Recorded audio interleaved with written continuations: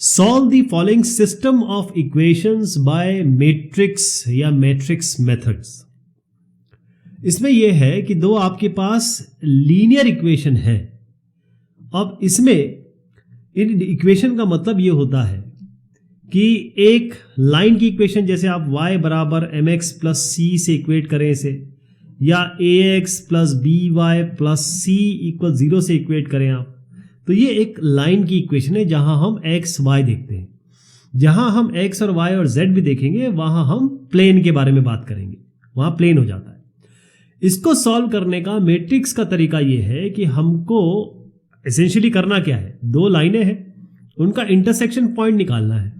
तो हम ये मैट्रिक्स का इस्तेमाल करके करेंगे।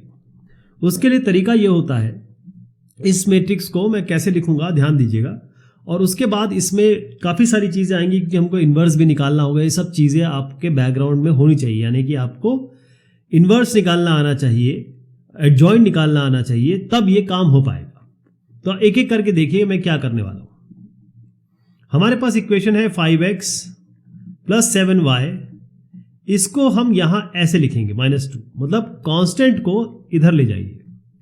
यहां पर भी ऐसे करिए, 4x प्लस 6y बराबर -3। अब ये बनता ऐसे है कि ये जो इसके x के कोएफिशिएंट है और y के कोएफिशिएंट है, इससे हम मैट्रिक्स बनाएंगे। ये आपकी मैट्रिक्स हो गई 5, 4, ये 7 और ये 6। इस मैट्रिक्स को हम कह रहे हैं A। आप कोई भी नाम ले सकते हैं, हमने A कह दिया। अब ये x और y वेरिएबल है, तो इनको हम यहां लिख रहे हैं, x यहां पर, y यहां पर।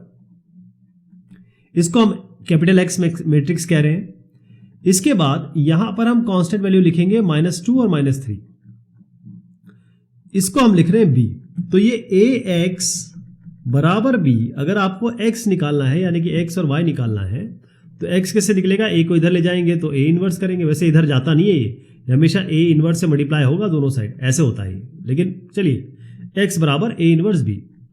असली मुद्दा ये है कि आपको a इन्वर्स निकालना है और a इन्वर्स जो भी निकल के आएगा उसको b से मल्टीप्लाई करना है। तो दो चीजें हैं इसमें, एक तो आपको इन्वर्स निकालना आना चाहिए, एक आपको मैट्रिक्स मल्टीप्लीकेशन आना चाहिए, तभी ये काम बन पाएगा। तभी, या अगर आप इसको थोड़ा सा रिवाइज करना चाहते हैं तो you can go back and always see what we have discussed earlier, हमने जो पहले डिस्कस किया है।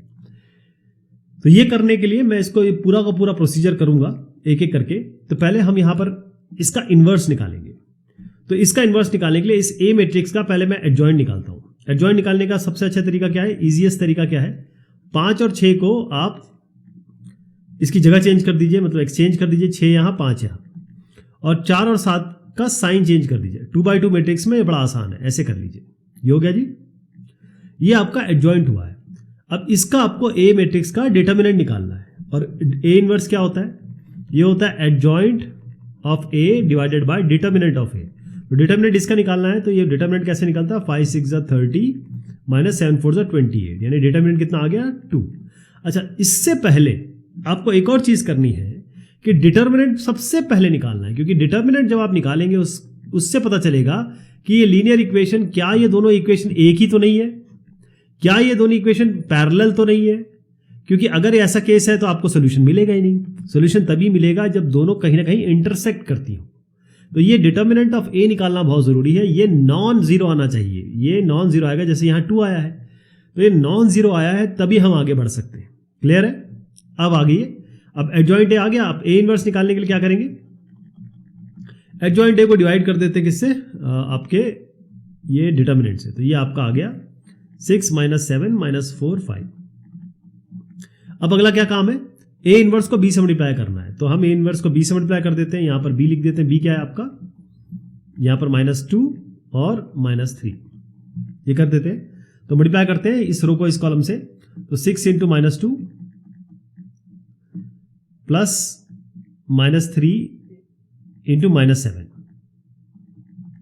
ये हो गया। ये क्योंकि दो ही वैल्यू आने वाली है, तो 6 × -2 और -7 × -3, यहां पर -4 × -2 प्लस 5 × -3। मैं मल्टीप्लाई कर रहा हूं इनको, बाद में ये 1/2 अप्लाई करेंगे। तो ये कितना हो गया जी, 6 2 12 -12 हो गया ये, और ये माइनस माइनस प्लस, 7 3 21, ये 4 2 8 हो गया जी, और ये माइनस 5 3 15।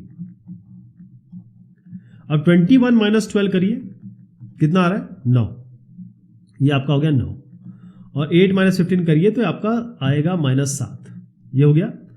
ये मैट्रिक्स सब ये ऐसा ही है, यहाँ पर 1/2 ऑलरेडी है, तो फाइनल क्या आया 9/2 और -7/2, ये आपका आ गया x और y। तो x कितना हो गया 9/2, y हो गया -7/2। तो ये तरीका आपको अपनाना है, जितने भी क्वेश्चन आ रहे हैं 1.1 है, आगे 1.2 1.3 ऐसे बहुत सारे सवाल आएंगे, उसमें ऐसे ही करना है। क्लियर?